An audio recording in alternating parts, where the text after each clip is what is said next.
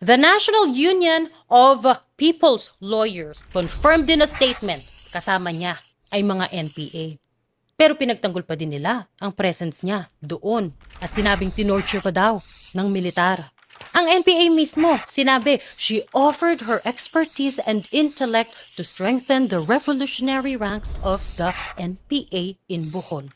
Rendel Ryan Edpan Kagula, a member of the League of Filipino Students and Kabataan Party List. Activist lang daw, pero namatay na may armas. Ang pinakahuli, trans woman activist, John Isidore Supelanas. Tumulong para ma-revive ang Anak Bayan UP Cebu at naging spokesperson pa ng Kabataan Party List Cebu noong 2021.